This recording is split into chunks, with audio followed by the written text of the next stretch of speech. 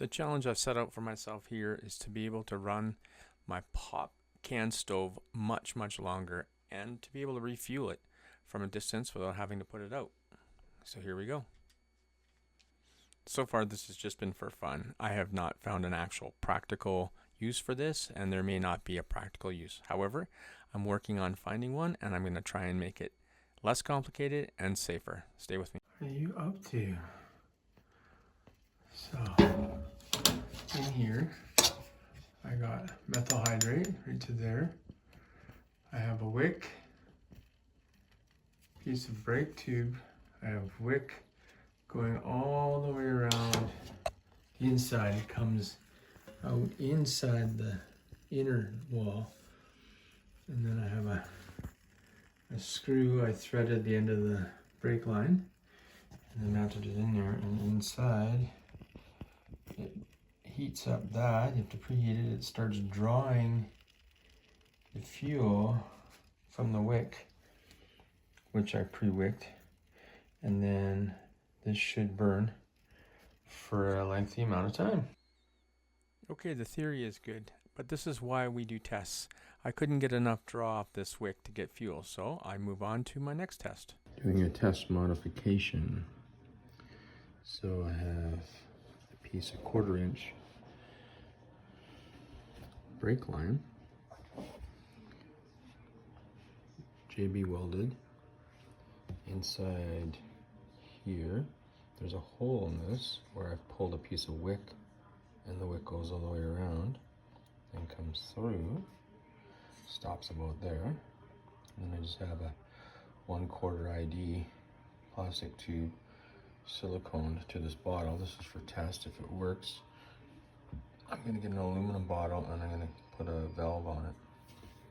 Right now, it comes out slowly, but there's an airlock. So if I turn this and then open the valve, the fluid starts to come in. As you can see there. So there. You just added more fluid to it at that point, so you don't have to stop and re-pour or have it go out. You could just theoretically open the air valve every few minutes and allow more fuel in. However, I'm going to do a test today, see how it burns. If it works, I'm going to upgrade that with a valve. Okay, it was running out. I opened the valve, allowed a tiny bit more in. Jeez, burning still. Proof of concept complete. When I added this valve, I wanted to do a drip test because I didn't want it just flowing fast or off. Like, I wanted to be able to drip like this. And the drip test was successful, and I'm going to go ahead and install this and use it in my next fire burn test. Okay, I'll try not to bore you too much on this one. I couldn't find an actual aluminum can I wanted to use or destroy, so I decided to use the same concept that I made my pop can stove with to make myself an actual fuel container. I just made them with 2 larger pieces, and then I siliconed around the top and then jammed them together nice and tight, and then I used that as a base of my sealed container, and then I started from there.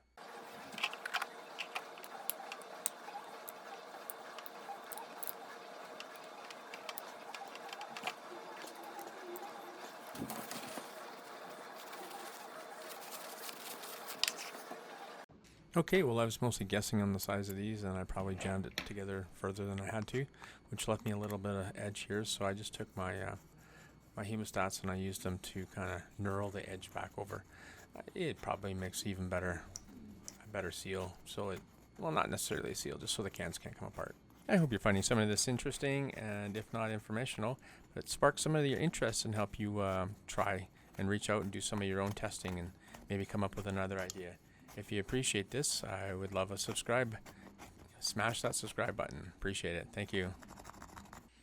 Okay, now that I have my can all dried and that dried overnight, I drilled a small hole for my 1/4 inch ID silicone hose, and I am now attaching it with a little bit of silicone. There was some silicone on the inside that I pushed through, so there's a little bit inside.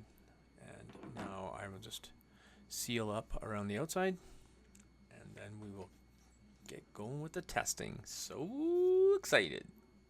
Okay, what do I got here? I got my standard pop can stove. Burning some methyl hydrate and a little bit of moisture, just some water. I have my brake line, which I have JB welded, and it goes through. It's almost a preheat. Inside the tube, all the way around the inner wall, is a wick, and there's a small hole in this tube in the inner wall, and the wick continues all the way up to about here. Then I have a fuel valve from I think it's from a snowblower or something, and then I have a double wall where it's pop can fuel cylinder, and it's just sitting on another one just because I wanted it elevated. I haven't figured out what I want to do for the bottle yet or how to hold it, but it's more just a test. So I have a small peep window here so I can see if there's fluid in the line. There's a tiny air vent right here. I'm gonna have a regular cork for this, or I might change how I do the whole bottle with an actual screw top aluminum bottle.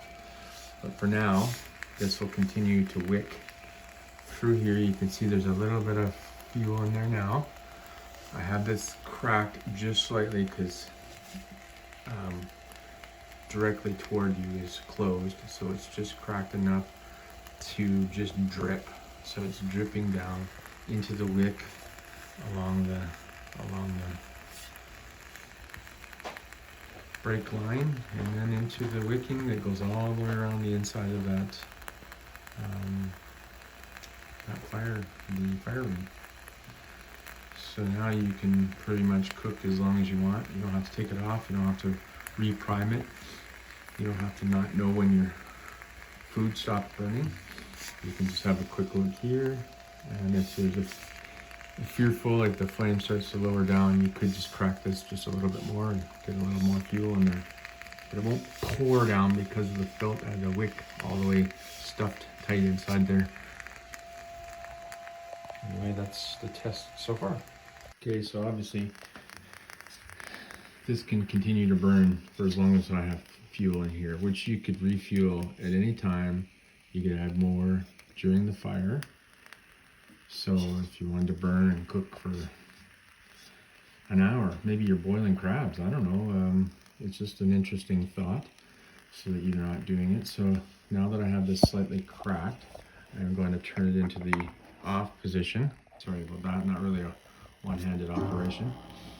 So I've turned that off. So let's see how long it takes to wick this off completely. So I had it on in such a position that it was just feeding the fire and there was no extra liquid showing up inside. So you can see it's tapering off already.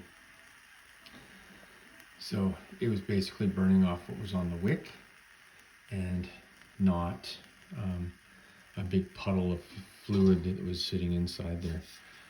So it should shut off reasonably quickly. Just see, shouldn't be too much longer. You see on the screen, since I shut it off, it's been 1:20. And she's going down.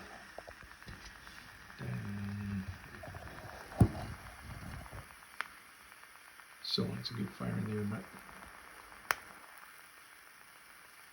the point is now, I think, well, you have a lot more control. Little stove, and you can use it for a lot more things. It's still backpack worthy because that is tiny and that is super light, that little piece of brake line. And this other pop can is just a few ounces as well. So, I mean, it's pretty portable, but you could figure out a way to. The other thing I was thinking is you could have a brake line and bend it up just slightly, and then you can get one of those little injectors for fuel, and then you can just keep adding fuel to your fire as you needed it without having to stop and turn it off and reprime, or light your container on fire here when you're trying to add more fuel. So okay, we're done 2 minutes 31 seconds, and she is going out. And I literally could turn this valve right now and it would start back up.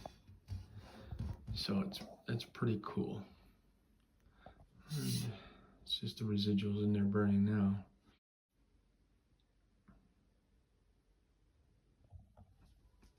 Anyway, just a little add-on thought again. So there she is dying out. Brake line, 1/4 inch tubing with a sight window, which you can see there's no fuel in there now. Gas valve and another pumpkin just with a hole. There she goes. She's out. 3 minutes and 20 seconds. Pretty darn cool. I also added a tiny little hole there so you could recover whatever you didn't use. Kind of useful. The hose pops right off of the brake line. Easy peasy. There she is. Recovered my fuel.